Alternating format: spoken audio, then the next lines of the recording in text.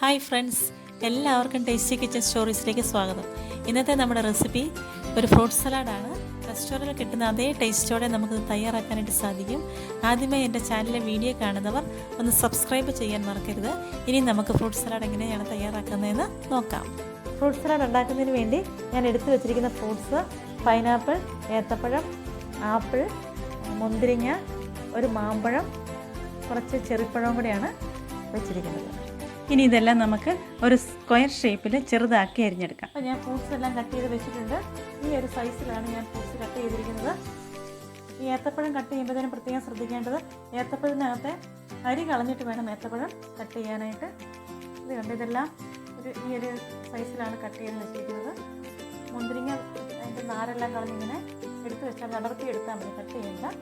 ഇനി നമുക്ക് ഫ്രൂട്ട് സലാഡിന് വേണ്ട ക്രീം തയ്യാറാക്കാം.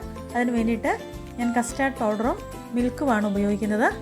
ക്രീം തയ്യാറാക്കാൻ വേണ്ടി ഞാനൊരു പാൻ എടുത്ത് വെച്ചിട്ടുണ്ട്. അതിലേക്ക് 2 കപ്പ് പാല് എടുത്തൊഴിക്കുകയാണ്.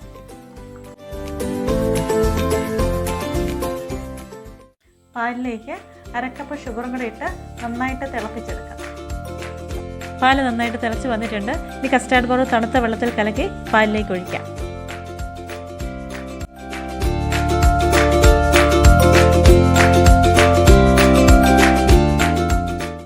നന്നായിട്ടൊന്ന് കുറുക്കിയെടുക്കാം.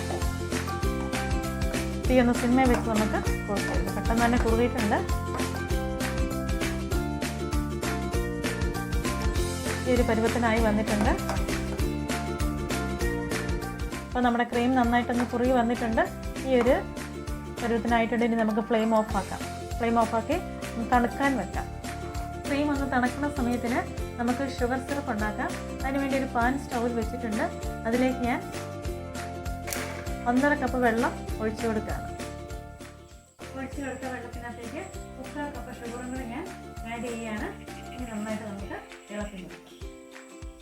ഈ ലായനിയിലേക്ക് ഞാനൊരു തക്കോലവും ഗ്രാമ്പൂവും ഒരു ഏലക്കായും ഒരു കറുവാപ്പട്ടയുടെ കഷ്ണവും കൂടി ഇടുകയാണ്. നമ്മുടെ പഞ്ചസാര ലായനി ഒരു നൂൽ പരുവത്തിനൊന്നും ആകണ്ട, ഇതുപോലെയൊക്കെ ഒന്ന് ആയി കിട്ടിയാൽ മതി. ഇനി നമുക്ക് ഫ്ലെയിം ഓഫാക്കി നമ്മൾ ഇതിനകത്ത് ഇട്ടിരിക്കുന്ന ഏലക്കായും ഗ്രാമ്പൂവും കറുവാപ്പട്ട എല്ലാം കൂടെ ഇടുന്നത്. പഞ്ചസാര ലായനി നമുക്ക് വേറൊരു പാത്രത്തിലേക്ക് മാറ്റാം.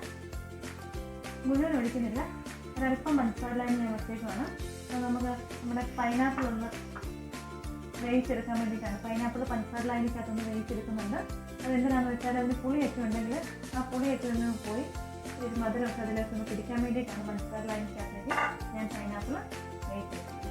അപ്പോൾ നമുക്ക് പൈനാപ്പിൾ പഞ്ചസാര ലായനിക്കകത്തൊന്ന് പൈനാപ്പിൾ ഞാൻ സ്റ്റൗവിൽ വെച്ചിട്ടുണ്ട്. പഞ്ചസാര ലായനിക്കകത്താണ് വെച്ചിരിക്കുന്നത്. അത് പതുക്കെ ഒന്ന് 1 മിനിറ്റ് തന്നെ നമുക്ക് എടുക്കണ്ട, അതൊക്കെ ഒന്ന് വേവിച്ചെടുക്കാം.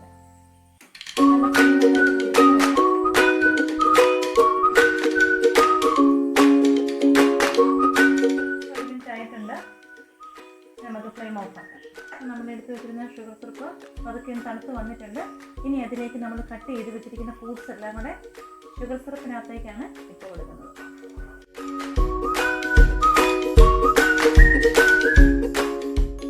എല്ലാ ഫ്രൂട്ട്സും കൂടെ നമുക്ക് അതിനകത്തേക്ക് ഇട്ട് കൊടുക്കാം.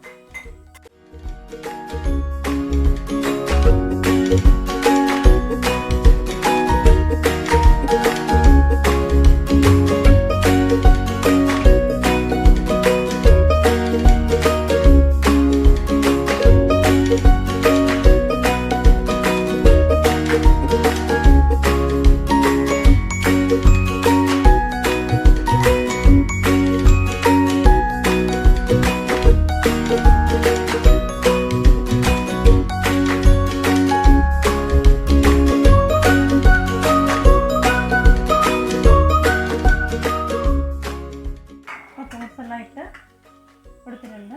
ഇനി നമുക്ക് തണുക്കാൻ വേണ്ടി ഫ്രിഡ്ജിലേക്ക് ഒന്ന് മാറ്റി വെക്കാം. 2 മണിക്കൂർ മാറ്റി വെക്കാം തണുക്കാൻ വേണ്ടി. നന്നായിട്ട് തണുത്ത് കഴിഞ്ഞിട്ട് നമുക്ക് നമ്മുടെ ക്രീമൊക്കെ ചേർത്ത് ഫ്രൂട്ട് സലാഡ് മിക്സ് ചെയ്യാം. ഫ്രിഡ്ജിനകത്ത് തണുക്കാൻ വെച്ചിട്ട് ഫ്രൂട്ട്സൊക്കെ ഒന്ന് തണുത്ത് വന്നിട്ടുണ്ട്.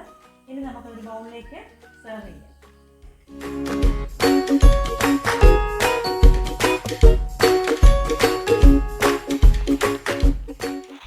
വളരെ പെട്ടെന്ന് ഉണ്ടാക്കാൻ പറ്റുന്ന ഒരു ഫ്രൂട്ട് സലാഡാണ്. ഗസ്റ്റൊക്കെ വന്നു കഴിഞ്ഞാൽ ഈസിയായിട്ട് ഉണ്ടാക്കാൻ പറ്റും. നിങ്ങളൊരു വീട്ടിലൊന്ന് ട്രൈ ചെയ്ത് നോക്കണം. വീഡിയോ ആദ്യമായിട്ട് കാണുന്നവർ